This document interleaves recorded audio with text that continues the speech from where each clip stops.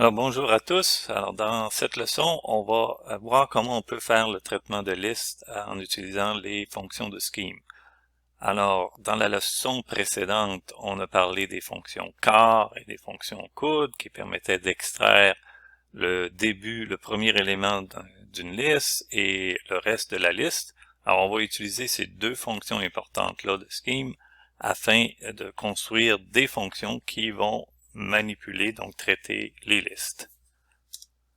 Alors la première fonction qu'on va regarder, c'est simplement la fonction de concaténation qu'on a appelée NotHappen parce que bien sûr, il existe déjà une fonction happen dans le langage Scheme. Alors ce qu'on veut faire avec happen, c'est simplement coller ensemble deux listes. Donc si on a la liste AB et la liste CD, alors on veut produire tout simplement la liste ABCD concaténation de ces deux listes-là. Alors évidemment, on est en programmation fonctionnelle, alors on va utiliser une approche récursive. Alors ça veut dire que notre happen va être appelé de façon récursive à l'intérieur de la définition de la fonction notre happen. Alors quand on a une fonction bâtie de façon récursive, en Scheme, il n'y a pas de surprise à voir qu'on va appliquer un coudre récursivement sur la liste de façon à ce qu'à chaque appel récursif, la liste, ou enfin dans ce cas-ci, c'est une des deux listes, donc la liste se trouve à être diminuée d'un élément. Alors juste pour qu'on comprenne bien ce qui se passe, je retourne à notre interpréteur Scheme et je me suis amusé ici à définir la liste BCDA. Alors évidemment, quand je vais appeler le coudre de la liste L, qui est la liste BCDA, on voit tout de suite que que ça enlève un élément sur la liste. Alors si j'appelle le coudre du coude de cette liste-là, alors j'ai deux éléments de moins et ainsi de suite. Donc à force d'appeler de façon récursive, d'utiliser de façon récursive le coude sur une liste, alors éventuellement, c'est sûr qu'on va se retrouver avec la liste vide et c'est ça qui va arrêter notre récursivité. En passant, on a vu que appeler de façon multiple récursivement la fonction coude, alors c'est simplement, on peut le faire en multipliant les D entre le C et le R, donc quand on met 3D comme ça veut dire qu'on appelle successivement 3 fois la fonction coude. Alors notre liste avait 4 éléments, elle n'en a plus qu'un seul. Alors, qu'est-ce qu'on a comme définition? Alors, c'est un appel récursif, il nous faut un cas trivial. Alors, c'est la liste if qui s'occupe de tester si on est dans le cas trivial. Alors, si jamais la première liste qu'on veut concaténer avec la deuxième liste, si jamais cette première liste est vide, alors à ce moment-là, on n'a qu'à retourner la liste L2. Voilà notre condition triviale et on sait qu'on va arriver à cette condition triviale-là à un moment donné. Ensuite, qu'est-ce qu'on fait? Alors, on veut concaténer les éléments de la liste L1 avec la liste L2. Alors, qu'est-ce qu'on peut dire à ce propos-là?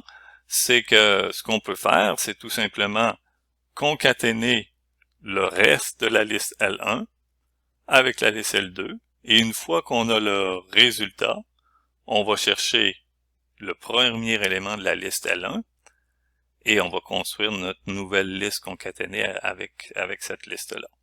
En clair, voici un exemple de concaténation de deux listes. Alors, supposons que j'ai la liste L1 qui est la liste ABC et la liste L2 qui serait la liste DEF et j'appelle ma fonction NotHappen sur ces deux listes-là.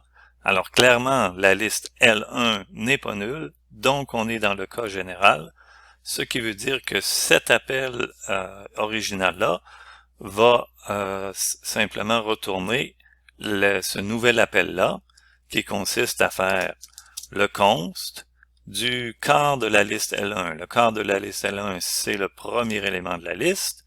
Et ensuite, on appelle récursivement le NotHappen sur le coude de la liste L1. Le coude de la liste L1, c'est la liste BC, donc le reste de la liste une fois qu'on a enlevé le premier élément, et avec la liste L2 comme deuxième argument. voilà ce que ça me donne. Alors, cet appel récursif-là sera effectué. Alors, on va devoir appeler notre append sur ces deux arguments-là. Voici ma nouvelle liste L1, ma nouvelle liste L2. Alors, cet appel récursif-là, encore une fois, on n'est pas dans le cas trivial où j'ai ma liste qui est nulle.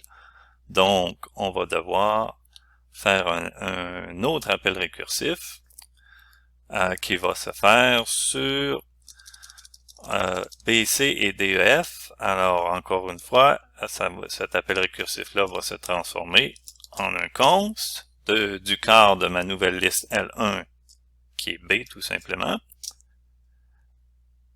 Une fois qu'on a notre premier argument, le second, c'est le notre append du coude de la liste. Alors, le coude de la liste, évidemment, c'est le dernier élément, puisqu'il n'en reste qu'un, sur lequel on va faire le append avec toujours notre DEF. Encore une fois, un appel récursif. Cet appel récursif-là n'est toujours pas notre cas trivial parce que L1 n'est pas nul, donc on va transformer cet appel récursif-là à nouveau en un const du quart de L1. Alors le quart de L1, c'est C tout simplement. Et ensuite, on va refaire notre appel récursif. Et là, cette fois-ci, le coudre d'une liste à un élément, c'est la liste vide. Et là, on va voir qu'on va tomber dans notre cas trivial de récursivité. Alors, le notre append sur DEF. On va agrandir notre fenêtre encore un peu. Et donc, une fois qu'on a fait nos appels récursifs, c'est embêtant. Une fois qu'on a fait, on refait un autre appel récursif de notre append. Et là, cette fois-ci, le notre append me donne le cas trivial. Alors, c'est-à-dire que mon notre append, on est dans le cas où ma liste est nulle. Alors, je dois retourner tout simplement L2. Donc, cet appel récursif-ci va me donner tout simplement la liste L2. Donc, va retourner la liste DEF. Alors, cette liste DEF-là, on doit faire le const. Une fois qu'on a le retour de cette liste-là, on va faire le const de C avec cette liste-là. Et qu'est-ce que ça va me donner? Alors, le const d'un élément avec une liste, ça donne tout simplement comme résultat la liste auquel on ajoute l'élément en question. Alors, ça sera C, D, E, F. Et là, on voit vraiment le pattern qui se dessine parce que C, D, E, F, c'est ce que retournera cet appel récursif ici. Alors, qu'est-ce qu'il nous reste? Puisque cet appel récursif-là nous retourne CDEF, il va falloir faire le const de B sur cet appel récursif-là. On peut l'écrire comme suit. Alors, on va faire le const de B sur cet appel, ce que retourne notre appel récursif. Alors, évidemment, le résultat de ça, ça sera la liste B, C, D, E, F. Et qu'est-ce que c'est cette liste-là? C'est ce que doit me retourner cet appel récursif-là. Ce qui est bien d'ailleurs la concaténation de BC avec DEF, c'est bien BC-DEF. Alors on voit que si le notre append de BC avec DEF me retourne BC-DEF, alors je vois immédiatement que le const de A avec ce que retourne le notre append de BC avec DEF. Alors, c'est la liste BCDEF. Ben, le résultat va tout simplement être la liste souhaitée, c'est-à-dire la liste A, B, C, D, E, F. Voilà. Donc on voit comment récursivement on a pu bâtir notre liste concaténée, toujours en descendant dans la récursion, en enlevant toujours un élément à notre liste L1 jusqu'à ce qu'on se retrouve avec la liste vide. Et quand on remonte, ben on attache avec le cons, on attache le quart de la liste qu'on avait laissé tomber, on le rattache à notre liste résultat, jusqu'à ce qu'on obtienne une et une seule liste, qui sera la concaténation de nos deux listes. On suit un peu la même idée quand on va, si on veut faire l'inversion d'une liste avec notre reverse. Alors notre reverse, on veut que ABCD devienne tout simplement DCBA. Alors on va faire encore une fois une définition récursive avec un cas trivial. Alors vous demandez de inverser une liste vide, une liste nulle. Alors le résultat va tout simplement être une liste vide, bien sûr. Et là, dans ce cas-ci, la technique va être un petit peu plus élaborée parce que ce qu'on veut, c'est tout simplement signifier que pour renverser une liste L, on va d'abord renverser le coudre de cette liste-là. Et qu'est-ce qu'on sait qu'une fois qu'on a renversé le coudre de notre liste? Alors, on sait que le premier élément qu'on a enlevé quand on a fait le coudre, alors ce premier élément-là, il doit passer de la première position à la dernière position. Alors, le premier élément, c'est le quart. Alors, comment on l'accroche à la fin d'une liste? Alors, il va falloir utiliser notre happen qu'on a défini tantôt.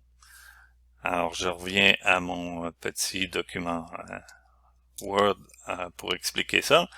Alors, je veux renverser la liste, donc je vais faire un autre reverse.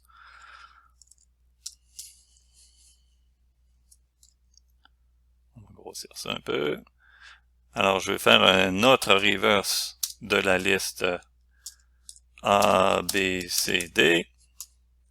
Alors, pour faire ce notre reverse-là, ce que je dois faire, c'est d'abord faire le notre reverse de la liste du code de cette liste-là, donc faire le notre reverse de la liste B, C, D. Pardon. B, C, D. Une fois que j'ai le résultat du renversement de la liste B, C, D, qui devrait, si tout fonctionne bien, qui devrait me donner la liste D, C, P, alors qu'est-ce que je dois faire? Je dois prendre mon premier élément. Alors je l'ai dit tantôt, notre premier élément, c'est le quart de cette liste-là, c'est l'élément A. Alors j'ai l'élément DC, j'ai la liste DCP, et je dois prendre le premier élément, qui est l'élément A, et je dois l'accrocher à la fin de cette liste-là. Alors, avec le cons, on pourrait accrocher cet élément-là au début de la liste, mais il n'y a pas l'équivalent pour l'accrocher à la fin de la liste. Alors, qu'est-ce que je dois faire? Allons voir ça sur la console de Scheme. Alors, j'ai l'élément A, et la première chose que je vais faire, c'est que je vais créer une liste avec. Alors, liste A, qu'est-ce que ça me donne? Ça me donne une liste tout seul, quel élément A dedans. Et une fois que j'ai cet élément-là, alors ce que je peux faire un happen de la liste DCD avec cet élément que j'obtiens avec la liste A pour me donner l'élément A accroché à la fin. Alors on voit bien que si j'avais omis de mettre la fonction list avant, j'essaie de faire mon happen de cette façon-là. Et puis, ben, ça donne un curieux résultat. Hein, ça donne ce qu'on a appelé une paire pointée là, dans la leçon précédente. Donc, il faut absolument, avant d'accrocher cet élément-là à la queue de cette liste-là, il faut transformer cet élément unique-là en liste avec la fonction list. Alors, c'est pour ça qu'on a successivement dans notre appel récursif notre reverse de la liste diminué d'un élément. Ensuite, on va chercher le premier élément de la liste qu'on veut accrocher à la fin, mais on passe par la fonction list pour transformer ce premier élément-là en une liste d'un élément. Alors à ce moment-là, notre append, l'appel de notre append va fonctionner correctement. Alors c'est comme ça qu'on arrive à définir notre reverse comme étant simplement le premier élément accroché à la fin du reverse du reste de la liste. L'appartenance à une liste maintenant. Alors l'appartenance à une liste se définit de façon relativement simple et on va utiliser la fonction count cette fois-ci plutôt que la fonction if pour obtenir notre résultat. Alors ce qu'on veut c'est définir notre fonction member. Alors notre fonction member, ce qu'on veut c'est que si jamais la liste l'élément A est membre de la liste ABC, on va retourner la liste ABC. En fait, ce qu'on veut, c'est retourner à quel endroit dans la liste on a trouvé l'élément qu'on cherche. Alors, si on cherchait l'élément B dans la liste ABC, on veut que notre fonction, notre member, nous retourne BC. Donc, on va chercher l'endroit dans la liste où on a trouvé notre élément. Alors, de cette façon-là, on sait que notre élément se trouve à la position, au quart de la liste qui est trouvée par member. De la même façon, si jamais l'élément qu'on recherche n'est pas dans la liste, alors le résultat sera simplement une liste vide pour signifier qu'il n'y a pas cet élément-là dans la liste qu'on cherche. Alors, c'est une façon simple et particulière à la liste là, de définir notre membre. Et on y arrive encore de façon récursive très facilement. Alors, notre compte, qu'est-ce qu'on a dans notre compte? Il faut se rappeler que dans notre compte, on a une liste de conditions. Alors, notre appel à la fonction compte ici commence ici et se termine probablement ici. Et qu'est-ce qu'il y a dans le compte? Alors, on a une série de paires. Alors, chaque paire est entre parenthèses. Et qu'est-ce que contient une paire? Elle contient une condition. Et si jamais cette condition-là est vraie, alors la fonction compte va retourner le second élément de la paire à l'intérieur des parenthèses. Alors, si jamais cette condition-là est fausse, on va passer à la paire suivante et on va faire le premier test, on va évaluer l'expression du premier élément de la paire, et puis si cet élément-là est vrai, à ce moment-là, on va retourner le second élément. Alors, qu'est-ce qu'on veut faire dans ce cas-ci? Ce qu'on veut, c'est, encore une fois, traiter le cas trivial. Alors, la première condition est toujours le cas trivial. Si jamais vous me demandez si l'élément A se trouve dans la liste vide, alors je dis certainement non, donc je retourne immédiatement la liste vide.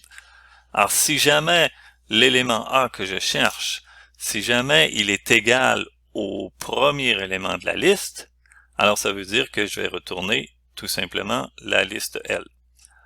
Finalement, si je veux, si j'ai pas trouvé mon élément au début de la liste, tout ce que j'ai à faire, c'est dans mon appel récursif d'appeler notre member sur le reste de la liste. Alors, il va se passer deux choses. Quand je vais continuer d'explorer le reste de la liste, soit que je vais jamais trouver mon élément, à ce moment-là, je vais aboutir au cas trivial de la liste vide, ou soit que, à force de faire des coudres, je vais tomber je vais me retrouver avec le premier élément qui est égal à l'élément que je cherche, ce que j'ai ici dans le second exemple.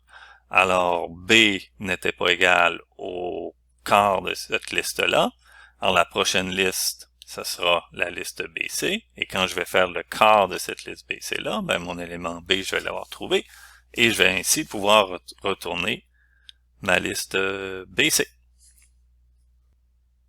Remarquez que si vraiment, au lieu d'avoir la fonction notre member qui retourne une liste, si vraiment j'aurais voulu que cette fonction-là me retourne vrai ou faux, Alors, il est assez simple de la modifier pour qu'elle donne ce résultat-là. Alors, ce que je veux, tout simplement, c'est que si jamais je trouve pas mon élément dans la liste, alors ce que je veux, ce serait de retourner tout simplement un faux. Et puis, si jamais l'élément est trouvé dans la liste, au lieu de retourner la liste en question, alors à ce moment-là, je pourrais retourner vrai. Alors là, je me retrouverai avec une nouvelle définition de ma fonction scheme notre member qui serait un prédicat, alors qui me dirait si oui ou non l'élément que je trouve est dans la liste demandée. Alors B est bien dans la liste, alors que si je demande notre member de X dans cette même liste-là, on a la réponse faux. Alors c'est tout à fait correct. Alors il faudrait toutefois, si on prend la convention dont on va parler plus loin de scheme, si jamais j'ai une fonction qui retourne vrai ou faux, alors je souhaite que cette fonction-là se termine par un point d'interrogation pour le signifier. Et puis ensuite, en programmation fonctionnelle, comme tout est basé sur de la récursivité et en plus comme scheme est basé sur le traitement de liste, en général, on aime bien que nos fonctions retournent des listes quand c'est possible de le faire. Alors c'est pour ça que, par commodité, on aime mieux avoir notre member défini comme on vient de le voir maintenant. Alors, un exemple encore plus simple qui montre bien comment on a une définition récursive d'une fonction. Si on veut trouver la longueur d'une liste, alors, encore une fois, condition triviale, vous me demandez la longueur d'une liste vide. La longueur d'une liste vide, c'est 0. Alors que la longueur d'une liste quelconque, alors c'est simplement, donnez-moi simplement la longueur du coudre de cette liste-là, et je n'ai qu'à ajouter 1 à la longueur du coudre de cette liste-là, et j'aurai la longueur de la liste complète. Avec encore une fois le raisonnement qui me dit que à force d'appeler notre longueur sur le coude du coude de la liste, éventuellement j'arriverai à mon cas trivial. Une fois que mon cas trivial est arrivé, je retourne 0, ce qui permet d'ajouter 1 à chaque retour récursif jusqu'à ce qu'on arrive à notre résultat final, que par exemple la longueur de ma liste ABC, elle est de 3. Alors la recherche d'un élément minimum dans une liste. Alors évidemment, si vous me demandez de rechercher l'élément minimum de la liste L et que la liste L est vide, alors je vais retourner tout simplement une liste vide. Sinon, dans le cas général, je vais faire appel à une fonction auxiliaire qui va me permettre d'introduire une variable auxiliaire. La définition originale de minList contient un seul argument, la liste en question, et ce que je m'attends à ce que cette fonction-là me retourne l'élément minimum en question. Alors, dans le cas de la fonction minimum auxiliaire, je vais ajouter un deuxième argument à cette fonction-là qui va me permettre de contenir quel est l'élément minimum que j'ai trouvé jusqu'à maintenant. Alors, comme dans l'appel original, j'ai pas encore trouvé d'élément minimum, on va faire ce qu'on fait en général dans programmation procédurale. On va prendre le premier élément, puis on va simplement signifier que cet élément-là, c'est mon élément minimum. Alors, je vais appeler la fonction auxiliaire avec le quart de la liste, en supposant que c'est mon minimum courant, et je vais demander de chercher si dans le coudre dans la liste, donc dans le reste de la liste, si j'arriverai pas à trouver un élément plus petit encore. Alors voilà ma fonction minimum list, mais ma fonction auxiliaire avec mon élément courant minimum. Alors je dois voir si dans la liste L, il n'y aurait pas un élément qui serait encore plus petit que l'élément que j'ai trouvé jusqu'à maintenant. Alors je fais ça avec une condition. Alors évidemment, si on a trouvé, on a notre élément minimum courant et qu'on se retrouve à chercher dans le reste de la liste qui est une liste vide, alors ça veut dire que notre élément minimum courant, c'est notre meilleur élément minimum et c'est ça qu'on va retourner. Donc dans le cas nul ici, on retourne l'élément minimum courant. Alors s'il reste encore au moins un élément dans la liste L, à ce moment-là, on va comparer le quart de cette liste-là avec l'élément courant minimum. Et si l'élément courant minimum est plus grand que le premier élément de la liste, ça veut dire que le premier élément de cette liste-là, c'est mon nouvel élément minimum, mon meilleur minimum jusqu'à maintenant. D'où l'appel récursif, si je suis dans cette situation-là, avec l'appel à la fonction minimum auxiliaire, l'élément courant minimum devient le premier élément de la liste et je continue ma recherche avec le reste de cette liste-là, avec le coude de cette liste-là. Sinon, si l'élément ici il est plus petit que le premier élément de la liste, ça veut dire que le premier élément de la liste n'est pas le plus petit élément, c'est encore jusqu'à maintenant l'élément minimum courant. Alors je vais rappeler de façon récursive la fonction auxiliaire avec toujours mon élément courant comme étant le meilleur élément, mais avec le coude de la liste.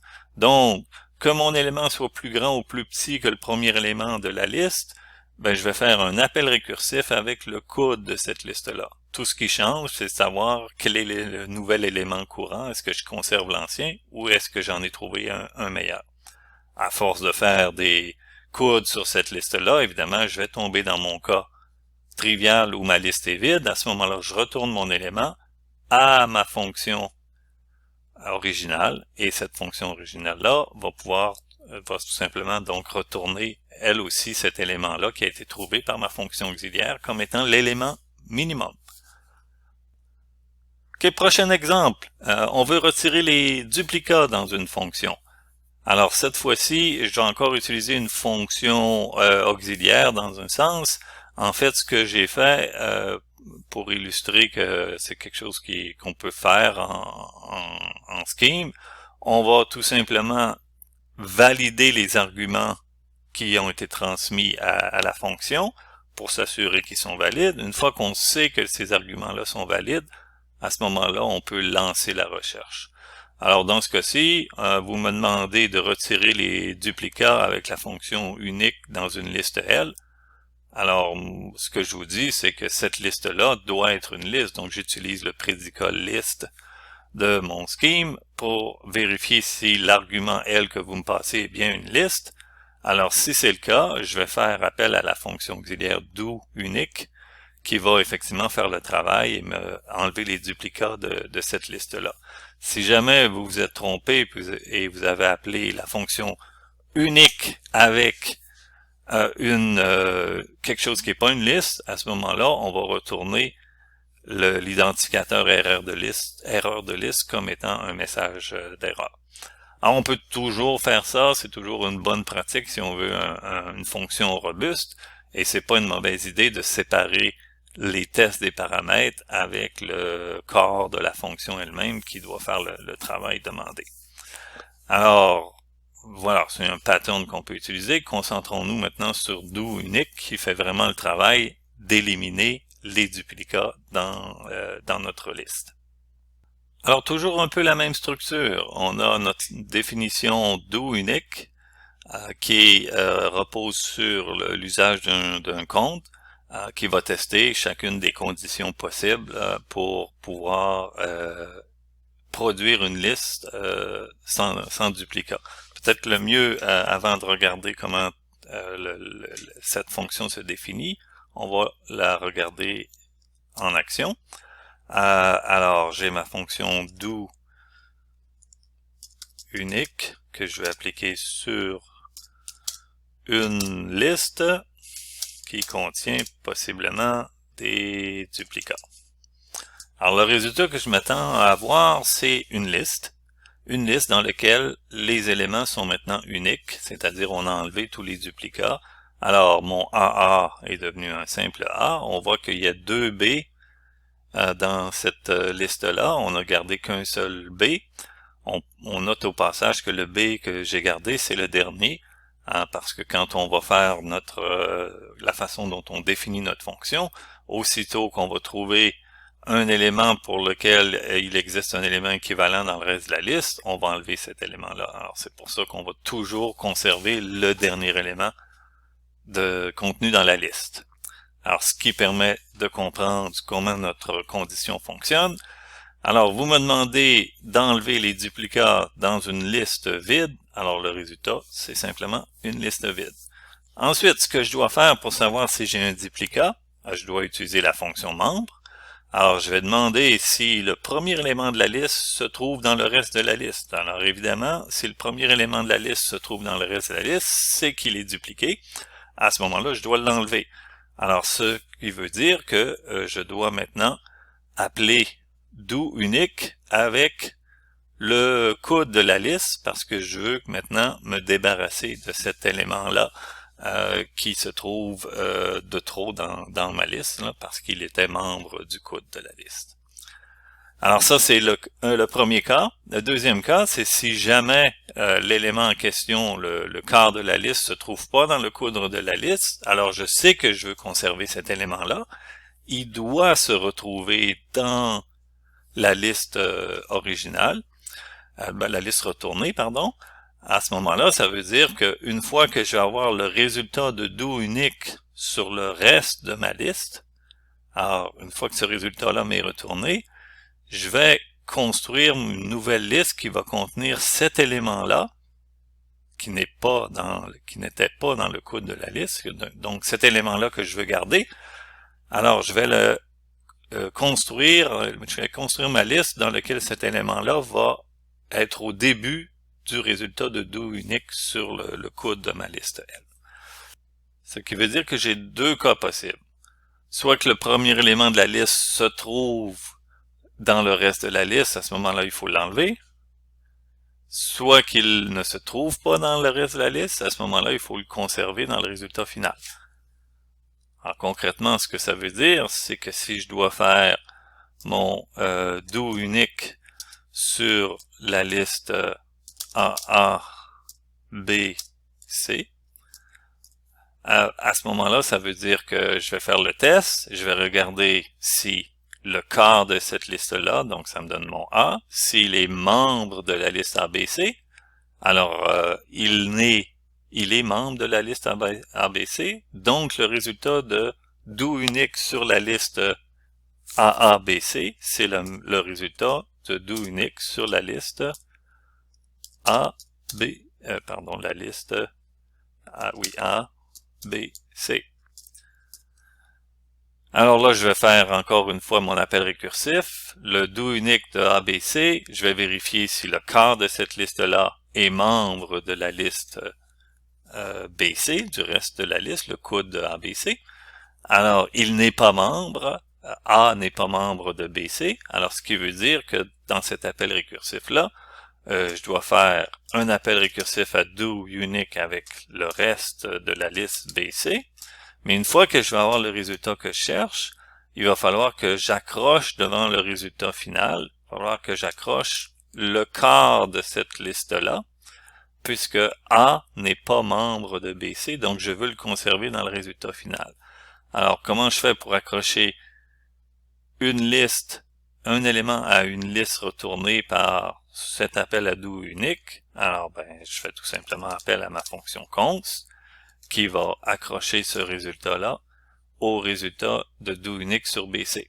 Et puisque je sais que doUnique sur BC va me retourner la liste BC, il n'y a pas de duplicat dans ce cas-ci, donc je sais que le const de A avec la liste BC va me retourner la liste ABC, ce qui est bien le résultat que je cherche. Voilà. Merci.